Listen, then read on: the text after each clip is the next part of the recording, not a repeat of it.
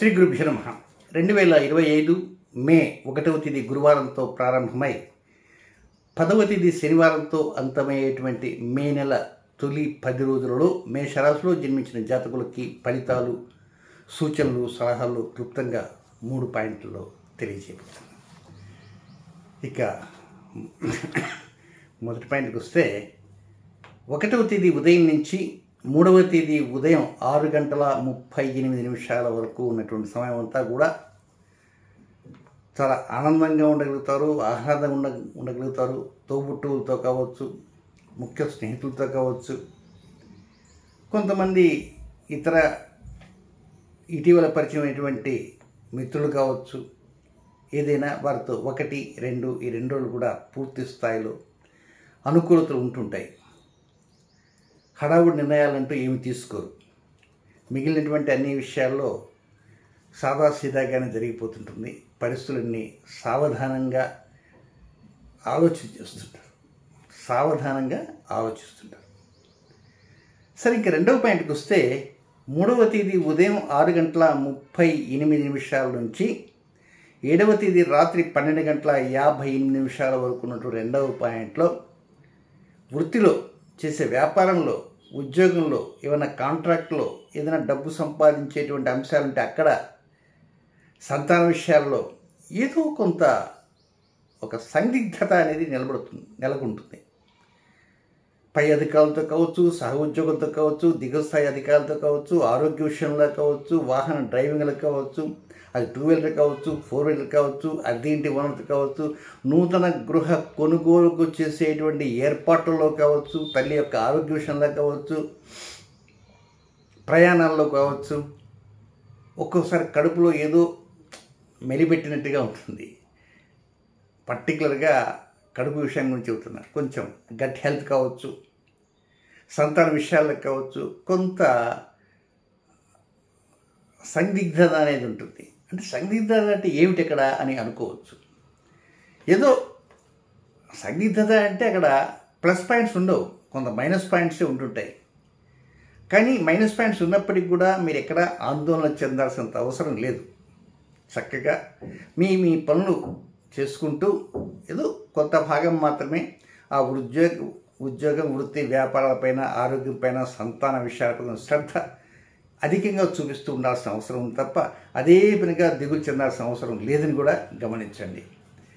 ఇక నెక్స్ట్ 3వ పాయింట్ ఏమిటంటే 7వ తేదీ రాత్రి 12:58 ప్రారంభమై 10వ తేదీ అర్ధరాత్రి వరకు ఉండేటువంటి ఈ 3వ పాయింట్లో అనారోగ్యం కొంచెం సడలిపోతుంది. అంటే ఆరోగ్యంగానే ఉంటుంటుంది, అనుకూలతలు ఉంటుంటాయి. కొంత రుణ సంబంధమైనటువంటి అంశాలపైన దృష్టి అధికంగా సారిస్తుంటారు. కొత్త శత్రువులు ఎవరన్నా ఉన్నారా అని కొంచెం తిలకిస్తారు. ఫలానా చోట ఎవరో శత్రువు ఉన్నట్టు అనుకుని వాడి భరతం మనం పట్టాలనుకుంటారు. వాడి భరతం పట్టాలనుకోగానే భరతం పడతారా?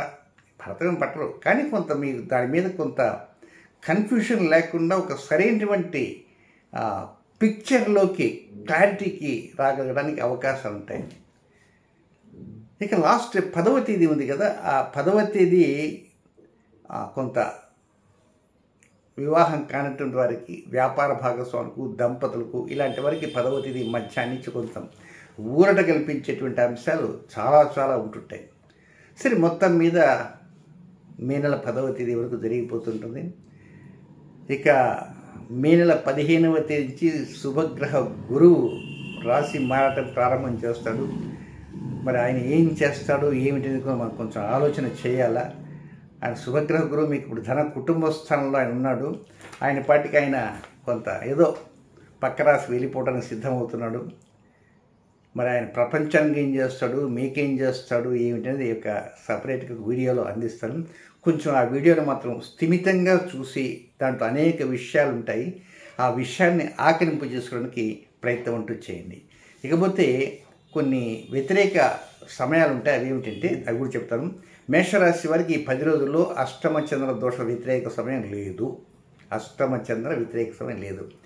ఇక అశ్విని నక్షత్రంలో జన్మించినటువంటి జాతకులకి 2వ తేదీ శుక్రవారం మధ్యాహ్నం 1:04 ప్రారంభమై 3వ తేదీ శనివారం మధ్యాహ్నం 12:34 వరకు అనుకూలమైన సమయం కాదు. కొంత ప్రతికూలంగా సమయం ఉంటుంది. కొత్త కార్యక్రమాలకు శ్రీకారం చుట్టవద్దు. అది ప్రారంభం చేద్దాం, ఇది ప్రారంభం చేద్దాం, అది కొనుగోలు చేద్దాం, ఇది కొనుగోలు చేద్దాం, లేదా అక్కడ అది అమ్మటానికి మనం సిద్ధమవుదాం అనేటువంటి ఆలోచనకు వెళ్ళొద్దు. రొటీన్ కార్యక్రమంతో చక్కగా చూస్తూ ఉండండి. అశ్విని వారు. ఇక భరణి నక్షత్రంలో జన్మించిన జాతకులు 3వ తేదీ శనివారం మధ్యాహ్నం 12:34 ప్రారంభమై 4వ తేదీ ఆదివారం మధ్యాహ్నం 12:53 వారికి అది అన్ఫేవరబుల్ టైం, విసర్జనీయ సమయము, వ్యతిరేక సమయము, ఎందుకు పనికిరాని సమయము. కానీ కొత్త కార్యక్రమాల వైపు వెళ్లకుండా, కొంగ్రొత్త నిర్ణయాల వైపు వెళ్లకుండా సాదాసీదాగా ఉండేటువంటి రొటీన్ కార్యక్రమాలు మాత్రం రెగ్యులర్గా చేసుకోవచ్చు. ఇక 3వ నక్షత్రం కృత్తికా నక్షత్ర 1వ పాదం, అది మేషరాశి. వారికి 4వ తేదీ ఆదివారం మధ్యాహ్నం 12:53 ప్రారంభమై 5వ తేదీ సోమవారం మధ్యాహ్నం 2:01 వరకు ఈ కృత్తిక 1వ పాదం వారికి అది అనుకూలమైన సమయం కాదు. రొటీన్ కార్యక్రమం మొత్తం చక్కగా చేసుకోవచ్చు. ఏదైనా ఒక చిన్న విషయాన్ని మాత్రం మీకు తేటతెల్లం చేస్తారు. ఇదే మీరు భయపడి ఆందోళన చెందాల్సినంత అవసరం అంటూ ఏమీ లేదు. మనకు షడ్గ్రహ కూటమి అని ఏదో వచ్చిందని కొంతమంది భయపడిపోయినారు. దాని గురించి చాలామందికి ఏం భయపడవద్దని చెప్పాను. కానీ ఆ కూటమి సమయం తర్వాత జరుగుతున్నటువంటి కొన్ని వ్యతిరేకత అంటే శని రాహువుల కలయికలు, ఆ తర్వాత కొన్ని వ్యతిరేక గ్రహస్థితులు రాబోతున్నాయి. కానీ దీనికి సంబంధించిన కొన్ని ముఖ్యంగా మీరు తెలుసుకోవటం కోసమే కొన్ని వివరాలు అందిస్తాను వీడియోలో.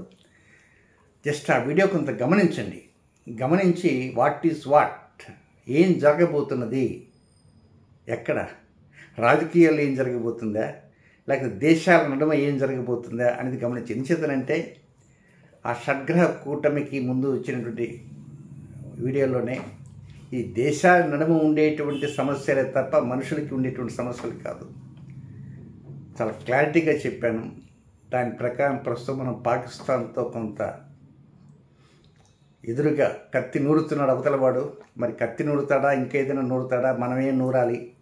ఇలాంటప్పుడు రాబోతున్న పరిస్థితులు ఎలా ఉంటాయి, రాజకీయాలు ఎలా ఉంటాయి, ఏమిటి అనేటువంటి కొన్ని ఆసక్తికరమైన అంశాలని కూడా నేను తెలియజేస్తాను. జస్ట్ మీరు వినటం కోసమే, అంతే తప్ప దాని గురించి అక్కడ ఏదో పరిహారం చేద్దాం, అది చేద్దాం, ఇది చేద్దాం అని మాత్రం అనుకోవడానికి ప్రయత్నించకండి. నిన్న ఎలా జరిగిందో, మన ఎలా జరిగిందో, అటు మన ఎలా జరిగిందో అలాగే జరుగుతుంటుంది. కానీ రాజకీయ నాయకులు ఉంటారు, వాళ్ళంతా మహాచతురులు. వారి మనసులో ఏముంటుంది ఎవరికి చెప్పరు, నరమానుడికి చెప్పరు. వారు చేసేది చేస్తుంటారు, వీరు చేసేది చేస్తుంటారు, వీరు చేసేది వారికి తెలియదు, వారి చేసేది వీరికి తెలియదు. కనుక ఒక గ్రూప్గా కూడా ఉంటారు కొంతమంది రాజకీయ నాయకులు. ఒక గ్రూప్గా ఉంటుంటారు.